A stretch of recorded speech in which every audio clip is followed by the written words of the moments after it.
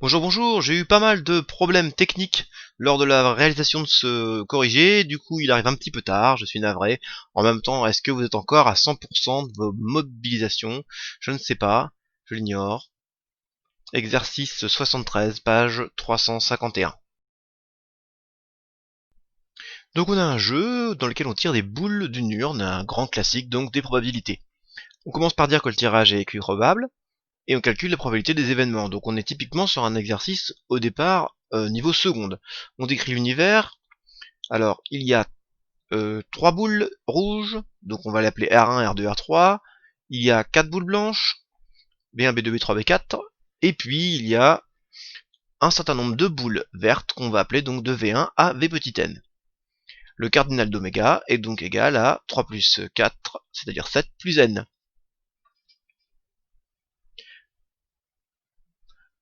Et comme le tirage est équiprobable, il y a juste à diviser le nombre d'issues de chaque événement par le nombre d'issues total, ce qui donne 3 sur 7 plus n, 4 sur 7 plus n et n sur 7 plus n. Et on peut passer à la question suivante. Alors, c'est un peu compliqué là, hein, comme jeu, on tire des boules, on gagne de l'argent, on perd de l'argent. Bonjour Aline, bonjour Jacqueline, c'est un plaisir de vous retrouver dans cette émission. Vous connaissez le principe, des boules de trois couleurs dans une urne, vous en tirez une, si elle est rouge, vous gagnez de l'argent, si elle est blanche, vous gagnez de l'argent, mais moins, si elle est verte, vous retirez une boule, si elle est violette, vous tirez deux boules, et si l'une des deux est rouge, vous enlevez une boule et de l'urne, puis vous remettez trois boules vertes. Si la boule rouge et rouge, vous gagnez 17,50 €.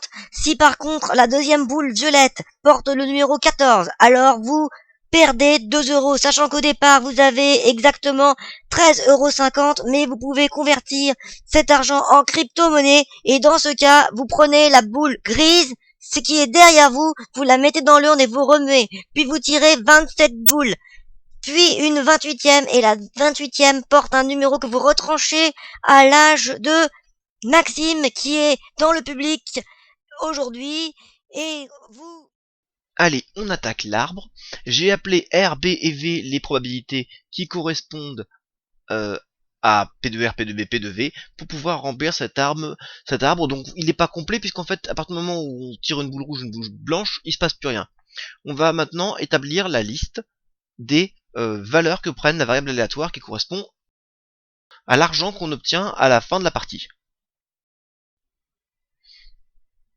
Alors, si on tire une boule rouge, on gagne une certaine somme qui est 16, comme on avait 12 euros au départ, c'est 28, enfin ça fait 28. Et par contre, boule blanche, on perd 12, du coup on passe à 0.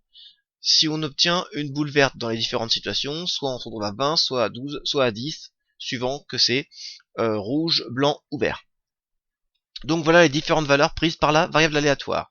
La loi de probabilité, c'est tout simplement un tableau qui permet de déterminer les probabilités de chacune des valeurs que prend la variable aléatoire. Donc voilà, ça on appelle ça les petits xi, p de grand x égale petit xi. Alors, avec les notations que j'ai données, on obtient r, b, pour 20 c'est vr, pour 12 c'est v au carré, et pour 10 c'est vb. L'espérance est donnée par la formule, en fait on fait la somme des valeurs multipliées par les probabilités. Le truc, donc ici il y a 5 valeurs, donc voilà, ça fait des pixi quoi. Le truc c'est qu'on sait déjà qu'on a 12 au départ. Donc, vu qu'à la fin il veulent une formule avec plus 12, on peut soustraire 12 à toutes les valeurs et ajouter le 12 en dehors de ça. Donc c'est ce à quoi correspond la deuxième formule que je viens de d'écrire. Donc c'est parti, ça fait 16R, puisque j'ai soustrait 12 à chaque fois, hein, donc 16 fois R, 8 fois VR. Qu'est-ce que j'ai écrit? 12 fois VR, pardon. Non, c'est faux. 8 fois VR, voilà, c'est bien ça. Plus 0V carré, moins 2VB, moins 12B. Donc c'est toutes les valeurs que j'avais écrites au-dessus, moins 12. Ensuite, je sais que je peux réorganiser ça, voilà, je réorganise un petit peu tout, parce que Hop, voilà. 0, on s'en fout. Je remplace R par 3 sur 7 plus N. J'ai oublié le plus 12. Je remplace B par 4 sur 7 plus N. Je mets V en facteur. Et je remplace de nouveau par 3 sur 7 plus N. Et par 4 sur 7 plus N. Et enfin plus 12. Ensuite, 16 fois 3 et 12 fois 4, ça fait 48. V, c'est N sur 7 plus N. Là, j'obtiens 24. Là, j'obtiens 8. Le tout sur 7 plus N. Plus 12, j'ai oublié de faire ma parenthèse. Donc là-haut, à gauche, ça fait 0. Du coup, j'obtiens 16n plus 12. Voilà, j'ai fait ma parenthèse et voilà. On passe à la question suivante. Alors, j'ai tracé la courbe dans un repère orthonormé, la courbe de la fonction. Ça va pas du tout. Donc, j'étire pour qu'on puisse conjecturer les variations. Voilà, donc c'est strictement croissant. Et puis, ça a l'air de décroître un petit peu à partir de quelque part vers 7. Maintenant, je vais calculer la dérivée. Alors, j'utilise la formule u'v moins uv' sur v carré. Ce qui me donne ceci. Alors, n plus 7 au carré, ça fait n plus 7 puissance 4. Je peux simplifier par x plus 7 en fait en factorisant au numérateur par x plus 7 et j'obtiens ça. Et après, avec une petite modification, une petite simplification, j'obtiens moins x plus 7 sur x plus 7 au cube. Pour le signe, bah, x plus 7, le dénominateur est positif puisqu'on est sur l'intervalle 0,10. J'ai dit quoi? X plus 7 au cube. Donc f' est en réalité du même signe que moins x plus 7 sur 0,10.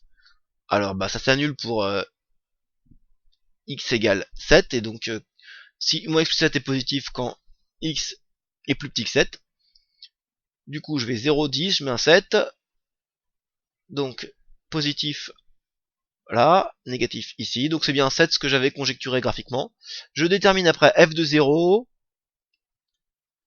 qui vaut 0, f de 10, qui vaut, alors, petit calcul,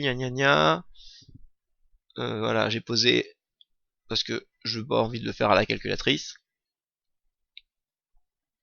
Voilà, et donc je trouve que ça fait 10 sur 289. Et puis je calcule f de 7, et ça fait 10 sur 14 au carré. Ce qui fait 10 sur 196. Pour trouver l'espérance, en fait l'espérance c'est cette fonction f de n multipliée par 16 auquel j'ajoute 12. Au niveau des variations, c'est donc la même. J'ai juste à calculer la valeur qui correspond au maximum en remplaçant donc n par 7. 16 fois 10 196e plus 12, ce qui fait 40 49e plus 12, soit finalement, je réduis au même dénominateur, 40 plus 490 plus 98. Bon, en fait, j'ai fait 12 égale à 10 plus 2, pour pouvoir le faire de tête. Et puis après, j'additionne tout ça, et ça va me donner une valeur pas tellement exploitable en soi. Hein. Il faut une valeur approchée. Ça fait 12,82 €, ce qui signifie qu'en gros, il gagnait dans les 80 centimes, quoi. C'est plutôt un petit peu en faveur du joueur, donc. Allez, on en reste là. Je vous donne le travail dans la description. Au revoir.